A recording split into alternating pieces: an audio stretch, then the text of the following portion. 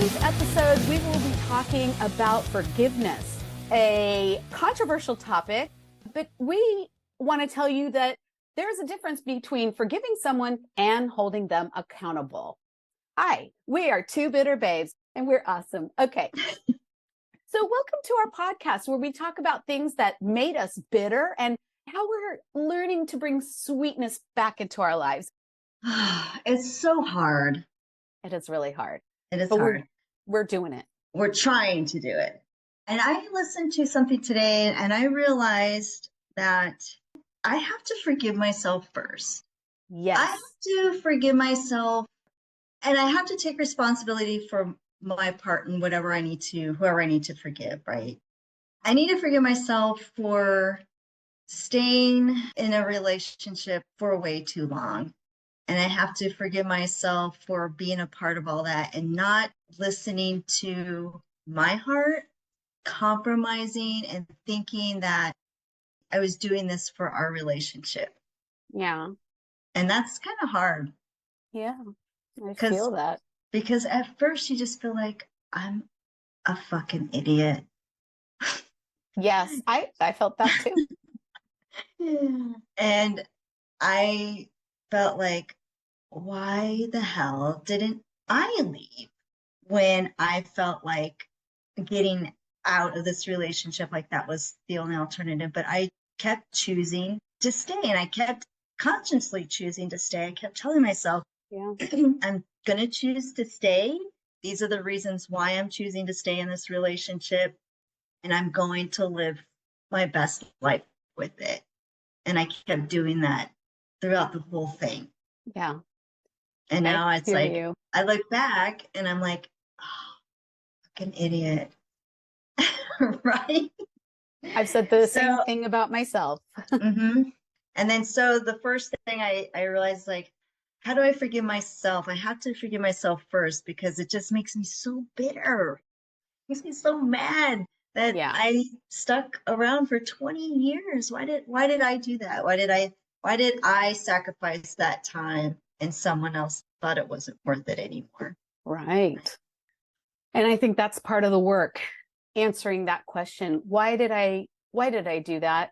And there's a good reason if we're going to be kind to ourselves. Mm-hmm. There's a good reason, whether it's the way we were raised or indoctrinated, or we were doing what we thought was right as women, taught to be good wives and partners and mothers and all that kind of stuff. But I know I remember I would talk to you and other friends and just be like, I feel so stupid, and feel like, oh, don't feel stupid, which I understand, but that doesn't take the feeling away. Right.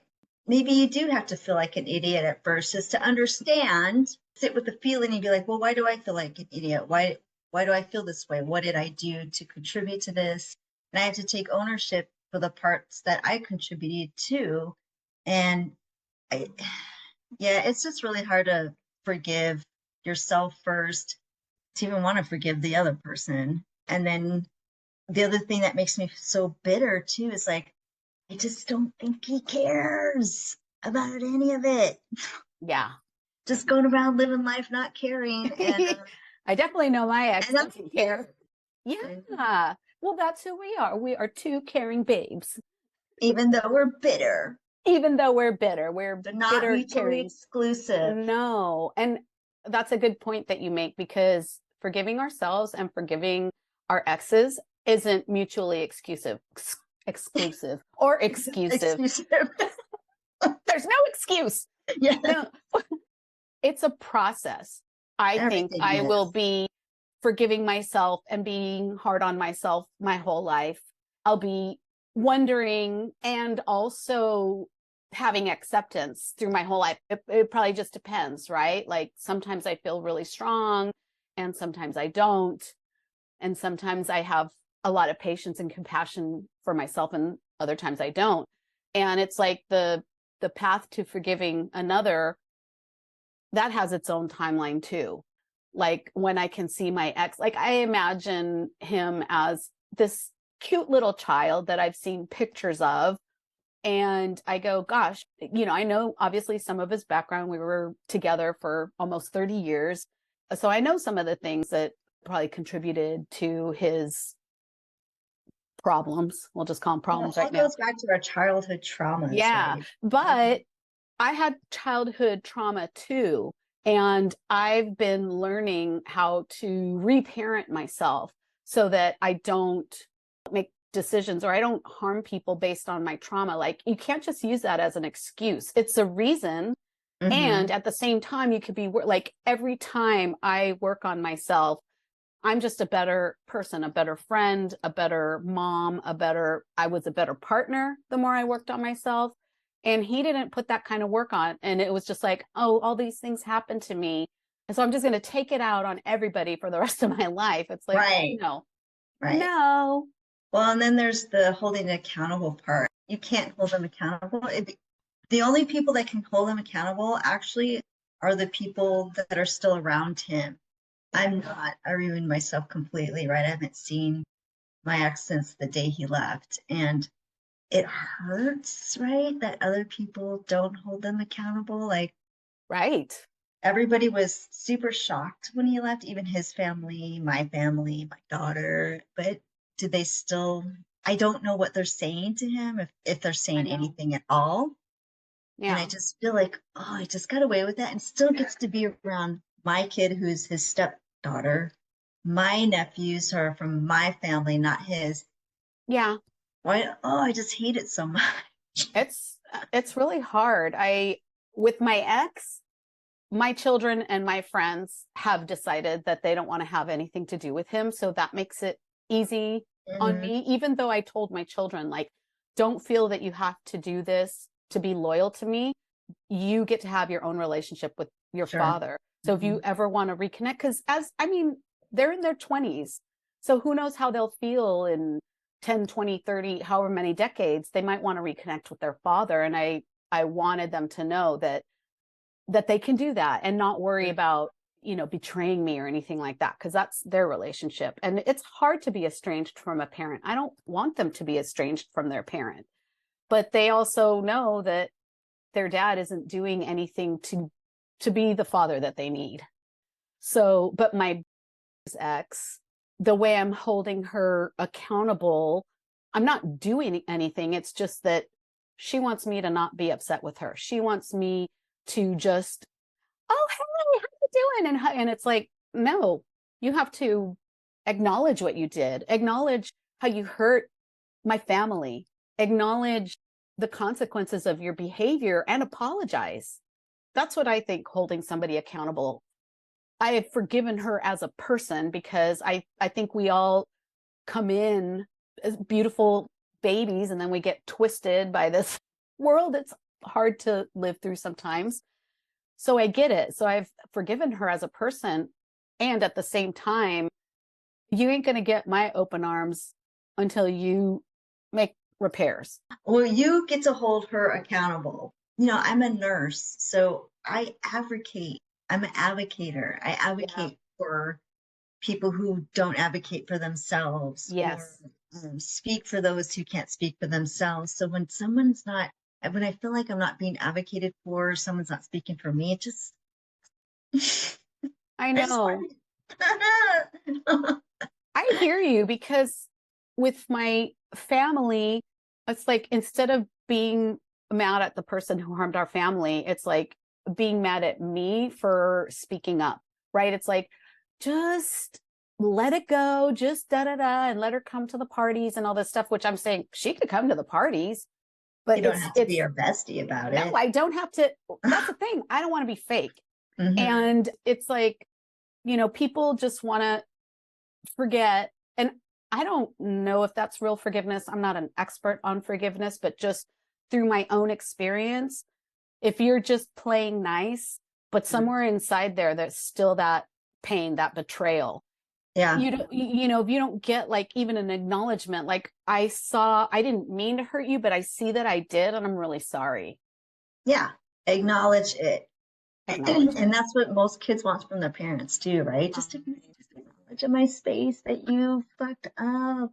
Right. It doesn't make you a All I bad want was all person. you need. All you need to do is validate. So I want to talk about the word grudge though, because I think that's just, I think it's a valid word, and I think people are like, oh, you shouldn't hold a grudge. Why shouldn't I hold a grudge? I think like what you're saying is, yeah, she can come to the party. Doesn't mean where I'm going to be like huggy wuggy and let's rub noses and stuff like that. But it's like, are you being considered as someone holding a grudge? Some people So do. what? Yeah, so what? Yeah. It's not, you know what? I don't, I feel like, oh, it takes so much energy to hold a grudge instead of forgive. Right now, I'm finding it way more energy expensive to forgive than hold a grudge. I want to look up the word grudge and actually see what is the actual definition of it, Yeah. because I already have forgiven. Mm-hmm. And so it doesn't really, what I'm doing, holding accountable is like I'm setting a boundary. I can't be emotionally intimate or close with you. You can't trust her. Yeah, because a lot of reasons that I'm not going to go into right now. But holding a grudge, no, I'm setting a boundary. I'm enforcing that boundary. That's the boundary that I need to hold. What kind of people do I want in my life? Not Mm-hmm. people who are going to lie, not people who are going to deny, not people who are going to change the narrative to fit their comfort zone. So is it holding a grudge? I mean, But I could just see how people, like you said, are telling you, no, just let it go when I don't have to. Why do I have to let it go? I still haven't forgiven the situation. I feel like I need to forgive the situation of the circumstance. I don't know if I'm ever going to forgive my ex for the way he exited out of the relationship. yeah. And I don't, right now, I can't see why I have to. I can't see why it will benefit me. I just can't see it. Yeah. I don't think we have to do anything. I think it'll unfold naturally the way it's going to unfold. There's no timeline. Everybody has a different way and pace that we process things. I mean, do I wish I can sunshine of the spotless mind it out of my brain? Yes. Do I wish I could just go back and scrub it out? Yeah, I do. I know, I but someone who yeah. was like the other day said, "Well, I hope," because they had a horrible breakup, horrible, almost 30-year marriage too. And she's like, "Well, I hope that you found a positive your divorce." And yeah, there's a lot that was Yeah. positive of it. Yes. I'm still pissed. I truly feel like 20 years were stolen from me. I want it back. I hear you. No, I But can't get how this can it back. be a waste with like the wisdom you've earned? Why do I have to go through all that just to gain all that wisdom? Why do I gotta do that? Didn't I just read a book? Because I think humans are lazy and we learn more, Why, but why didn't I just read a book that would have taken me only 2 days to read? okay, I read a bazillion books, but I never read one about narcissistic personality disorder. I never read one about attachment styles. It wasn't until after when No. I started becoming aware of this. So I read a lot of stuff. I went to, like, I had us go into therapy and marriage retreats and all this kind of stuff, trying to work on our relationship and work on our marriage. But I wasn't getting the information that I needed to even, first of all, know that I was in an abusive relationship. So that's why I'm like, why, universe? Why? Why? Why? And then I think about it. I think about the family that I came from. Like my parents' relationship is all right. Well, I'll be kind. How was I supposed to have a healthy relationship when I probably never even seen one before or felt one before? I thought because this relationship was so opposite of my other relationships that I was doing the right thing. But I do look Yeah. back and I do realize that I went from one extreme to another. So I went from one like crazy relationships to one that was so mellow and so easy that it was just became, I don't know. That makes so much sense. So I looked for something that was quiet and mellow and no drama. And it was like that. And then there were times where I was like, I even said to him one time, I'm like, I wish we would just have a knockdown, drag out fight. Not physically, but just like, let's just scream and yell at each other. And, he's just like, why? And I'm like, I don't know. Why not? Because we never do. And Because I want to be able to know how you really feel, and I want you to know how I really feel. maybe, and I was probably telling myself something. Yeah. I'm sure I always was, and I just wasn't. Why don't we listen to ourselves? To me, it's pretty clear. I was shamed out of it. You know, I was punished, or affection was withheld from me if I spoke my truth a lot of times. I also learned today too that there's just women who, I mean, we are so conditioned to be able to do it all, to Yeah. work, to do the housekeeping, to take care of the kids, take them to their soccer, take them to ballet. Why? Why are we so pressured to do all that? I don't know that men have that same type of pressure. I don't know. And then are we looked at as failures when we don't actually get that all done? Or like, what if we fail? I just feel like we're failures if we aren't able to accomplish all that. Right. I mean, to a lot of people, we would be considered failures. We would be considered not good wives or partners. We would be considered selfish. Yeah. You know? Because what if I was the kind of mom who was just like, I don't want to take my kids to sports. I don't want to drive my kids all over town. Like, is that bad? I see people doing their best, and I see people also doing their best, and it's not very good because our society is not very family friendly. It's not child friendly. It's not mother friendly, especially because we're not like a community oriented society where, I mean, I remember just going, two people is not enough to raise kids. Like, I need a break. And then he's like, well, I just got home from work. I need to decompress. And I'm like, I've had this child all day. Take the child, you know? And it's like, wow, no. And that's not considered a real full-time job either, right? I Staying know. home and taking care of your children, or you are home all day. Oh, You know I what it know. takes to entertain these kids, man? Oh my God. And that's why. And keep them alive. And keep them alive. I did my freaking God. job.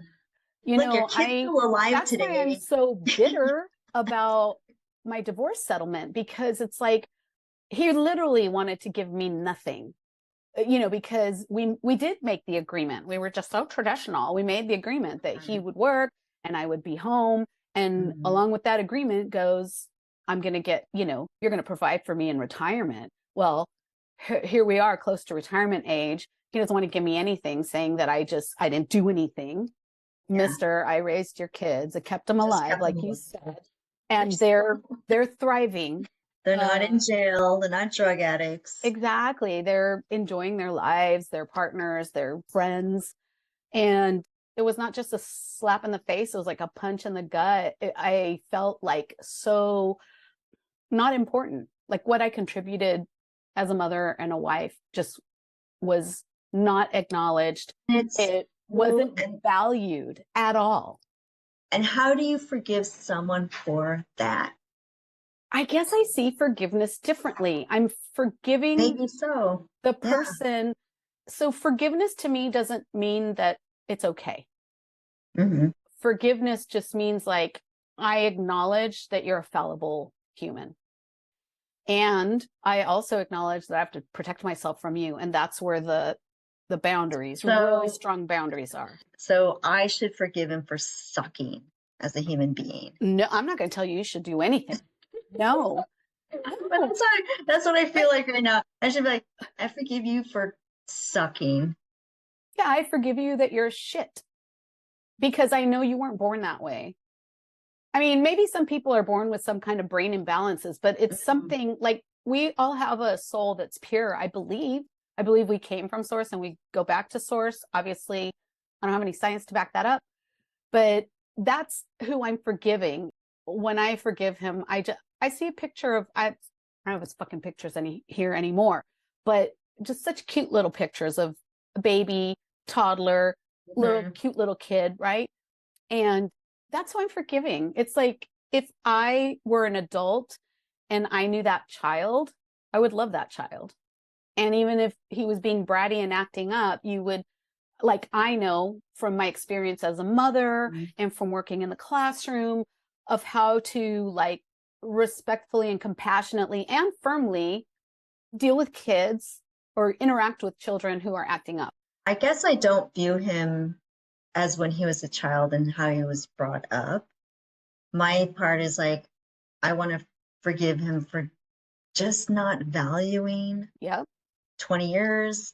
I have a hard time forgiving him for not thinking twice about the person that he was with for almost 21 years. Like, it just seemed like he just turned a switch off one day and just said, fuck it. Yeah. I'm out. I'm not going to even try. I quit. Yeah. Because that's basically what happened to me. It was just, I quit out of nowhere. I still have sex with you. Right. But I'm going to quit you. I can't believe all the sex we had after he stopped loving me and started sleeping around. And I thought we were making love as a husband and wife, and he was screwing a lot of other people. So I feel, correct me if I'm wrong, but I feel like you're feeling similar to me, like devalued. Yes. Unimportant. And that really for hurts. sure. That really hurts. And we're probably never, ever going to get that from them. And that's why it's like, or an acknowledgement. Exactly. And so that's where it's important, like, for us to develop that within ourselves. And then also and that circles all the way back to, I got to forgive myself. Yeah. For staying with someone who obviously didn't value me at all. Right. And I think the more we value ourselves, the more we will be able to forgive ourselves, you know, and then just having friends like you who also value me. That's what, like, we've been friends like 30 something years. Shoot. Yeah. Man, we were before those bitches. Shit. Hell yeah. Shit. And it's like, I don't know. That's one thing that taught me. It's like started dating and doing all this. Oh my gosh. Well, we are coming up to the end of our time. So, you know, I just want to say to our audience, if you liked what we were talking about and you would like us to continue, let us know. You know, because really these bitter babes got lots to say. Subscribe, follow our podcast. Yeah. And most importantly, like, I hope we reach other women who are feeling the same way, and just know that we do have a lot of value. We just, we got to find it. And I know that this sudden break for me really made me go back to realizing how strong and independent I was. And I lost that a little bit, you know, because you're just with you're in a long-term relationship.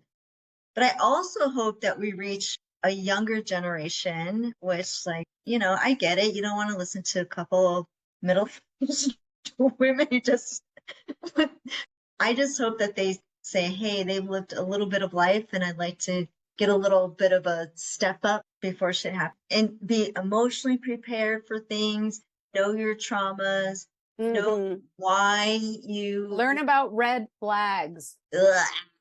So make sure you got something in your back pocket in case someone leaves you, and you're able to support yourself. That was hard for you. I know that was really hard for you. Yeah, and it still is. I'm still trying to build up some kind of a retirement. I mean, I might never be able to retire, but I think I might be able to work less and less as I get into my golden years.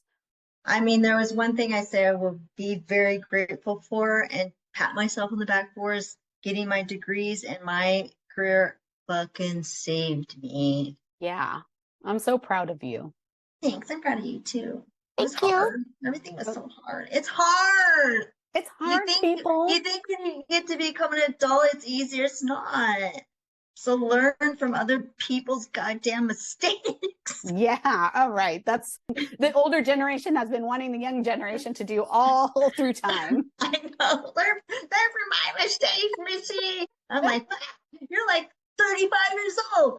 I'm only 17. Why would I care about what you have to say? You're so old. And then you're 35. And they don't call us middle-aged. They just called us old people. Yeah. All right. Well, this was fun. I totally love rehashing our pain together. Yeah, so much fun.